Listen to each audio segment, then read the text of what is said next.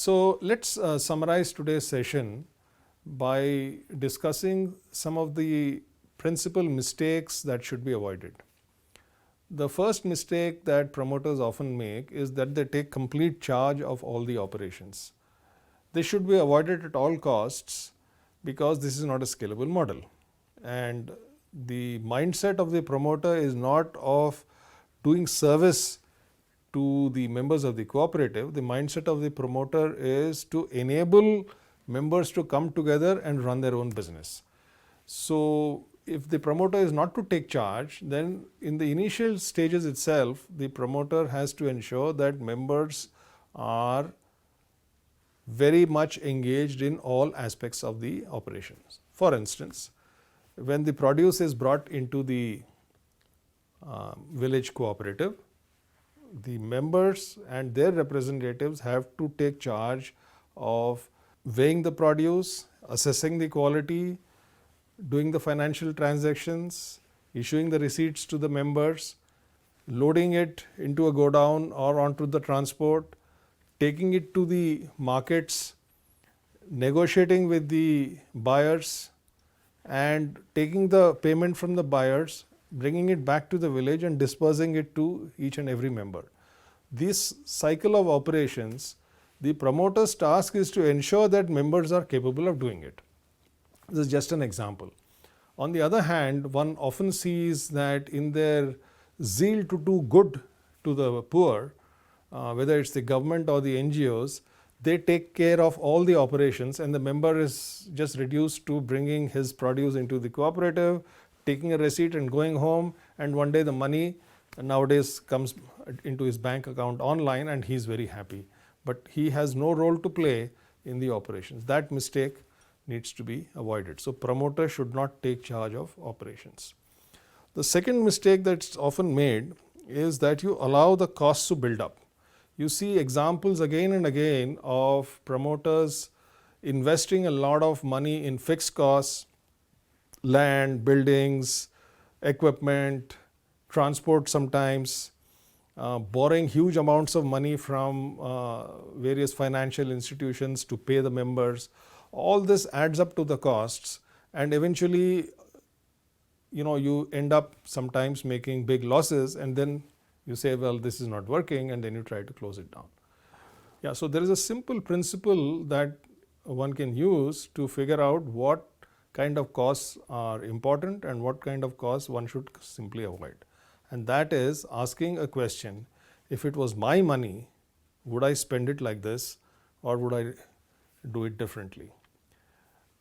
When you're out there promoting cooperatives, you have access to funds and grants and loans from various organizations and agencies. You're really not spending your own money and therefore you're not careful with the way you are using the finances. So the mistake to be avoided is that keep the costs low in the early days, ensure that you start getting member benefits and profits from day one, and it's possible. The third mistake that again and again you see in the field when people are setting up cooperatives is providing inducements and incentives to attract members so that they will join the cooperative. Of course, in the first season you will see spectacular growth. So for instance, if the market value of the produce is 100 and as a promoter you have access to a large amount of external funds and you go in there and tell the farmers that instead of 100 I will pay 110, of course you will get thousands and thousands of farmers who will come and very happily give their produce and you will show spectacular growth. The problem is that this is not sustainable because unless you have ensured that the markets are there and if you are not able to make a profit in the first year, then you are in deep trouble. So the second problem is that you may not be able to provide these inducements every year because the donors and do-gooders who are supporting you as a promoter may not be willing to provide these inducements every year. And the third and most important issue is that this is not scalable, because if you want to really reach a very, very large number of farmers, this idea of providing some incentive or inducement to get people to join is very difficult. And lastly, I would say, what is it that we are trying to do? We are trying to build a cooperative not for 1 year. We are trying to build a cooperative that will run for 20, 50 or 100 years. So that can only happen if the members take charge and they own up the cooperative and they run the business with your help initially and later on their own. But once you make them habituated to inducements, the guys who already got it will expect it. Next year, when you go to the nearby villages, they'll say, well, you gave them all these inducements, why don't you give it to us? And you are stuck in a catch-22 situation.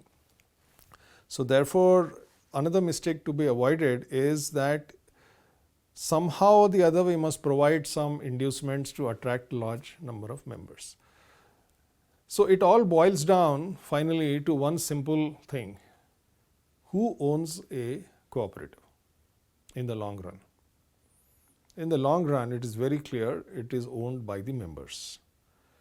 We should build that principle of owned by the members from day one.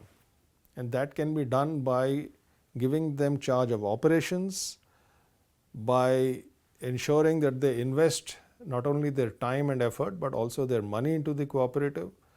That gives real ownership to the members and to the cooperative as a whole.